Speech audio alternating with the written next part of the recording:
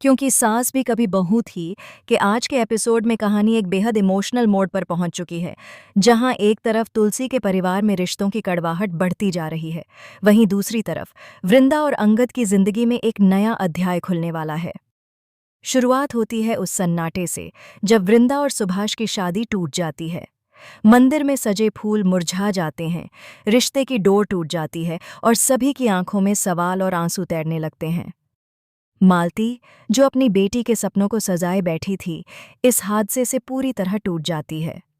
वो सीधी तुलसी के घर पहुंचती है, गुस्से और दर्द से कांपती आवाज में कहती है, तुलसी, आपने हमारी इज्जत मिट्टी में मिला दी। पहले हमारी बेटी का रिश्ता तोड़ दिया और अब हमें यह कहकर समझा रही हैं कि सब ठीक हो जाएगा। अगर आप सचमुच तुलसी हैं, तो अपने बेटे से कहिए कि मेरी बेटी का उजड़ा हुआ आंगन फिर से सजा दे। आपके बेटे ने जो किया है, उसने हमारी दुनिया ही उजाड़ दी है।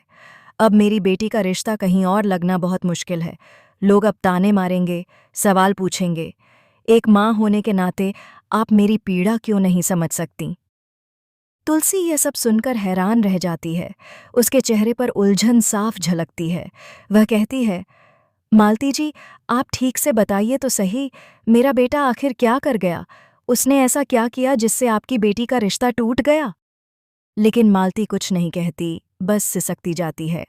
उसके शब्दों के बीच बस दर्द और बेबसी की गूंज सुनाई देती है।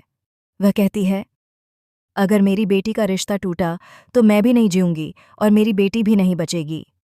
और इतना कहकर वह वहां से चली जाती है। पीछे छोड़ जाती है एक तूफान, जो अब तुलसी के घर की दीवारों में गूंजने वाला है। इस घटना के बाद तुलसी पूरी रात जागती रहती है। उसे मालती की बातें चैन से नहीं बैठने देती। अगले दिन ऑफिस में उसे पता चलता है कि मिताली ने उसे नौकरी से निकाल दिया है। तुलसी जब शोभा से यह बात करती है तो शोभा उसे समझाती है, छोड़ तुलसी, जो होता है अच्छे के लिए होता है। वैसे मुझे तो वह वृंदा बहुत अच्छी लड़की लगती है, अगर वह इस घर की बहू बन जाए तो कितना अच्छा होगा। तुलसी तुरंत शोभा को रोक देती है, ऐसी बातें बार बार मत कहा कर शोभा, उसकी शादी कहीं और तय हो चुकी है। लेकिन उसके मन के भीतर कुछ खटकता है, जैसे कोई अधूरी कहानी उसे सता रही हो। उधर नोना का दिल मिहिर के लिए धड़कने लगा है।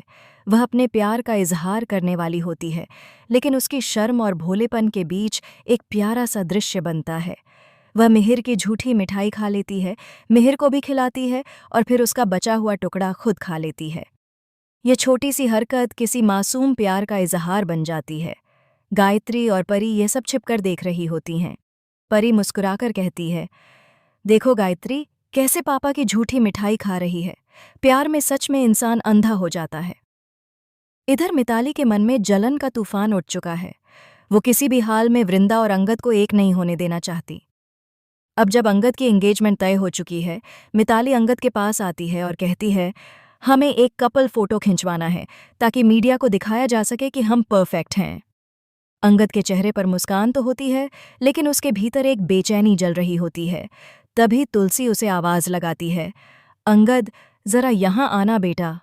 तुलसी पूछती है, तेरा चेहरा इतना उतरा हुआ क्यों है? तू इस शादी से खुश नहीं है क्या? अंगद मुस्कुराते हुए कहता है, खुश हूं माँ, बहुत खुश हूं। आखिर मेरा एंगेजमेंट हो रहा है। लेकिन उसकी आंखें कुछ और कहती हैं। फिर हंसते हुए बोलता है, वैसे भी माँ, कोई उम्र कैद की सजा से खुश होता है क्या? अब तो मैं अपने पूरे जीवन के लिए कैद होने वाला हूं। तुलसी ये बात सुनकर चौंक जाती है, पर कुछ नहीं कहती। उसे महसूस होता है कि उसका बेटा किसी मजबूरी में ये रिश्ता निभा रहा है। उधर मिताली और परी एक नई साजिश रच रही हैं।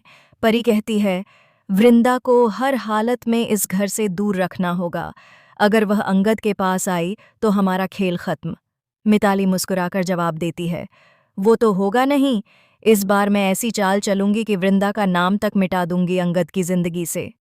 दूसरी ओर बस्ती में वृंदा के घर पर रौनक है। मेहमान आए हुए हैं, क्योंकि उसकी एंगेजमेंट की तारीख फाइनल हो चुकी है। शादी का कार्ड भी छप चुका है। वृंदा सुभाष के साथ मंदिर जाती है, गणपति बप्पा के चरणों में कार्ड चढ़ाती है और प्रार्थना करती है, हे बप्पा, सब कुछ अच्छा करना, इस बार कोई तूफान न आए। लेकिन उसी वक्त मिताली वहां पहुंच जाती है। उसका चेहरा गुस्से और नकली मासूमियत का अजीब मिश्रण होता है। वह रोने का नाटक करती है, कहती है, सुभाष जी, आप गलत कर रहे हैं। वृंदा झूठ बोल रही है। उसने अंगद की जिंदगी में उथल पुथल मचाई है। मंदिर का माहौल भारी हो जाता है। सबकी निगाहें वृंदा पर टिक जाती हैं। वृंदा कुछ समझ नहीं पाती, बस सुभाष की ओर देखती रहती है। सुभाष गुस्से में कहता है, वृंदा, क्या यह सब सच है? वृंदा कुछ कहने ही वाली होती है कि मिताली बीच में बोल उठती है, देखिए, अब भी चुप है, मतलब कुछ तो छिपा रही है।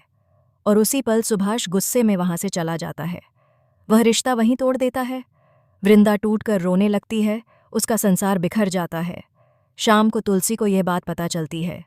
वह चौंक जाती है, सोचती है, क्या ये वही बात थी जिसके बारे में मालती मुझे समझाने आई थी?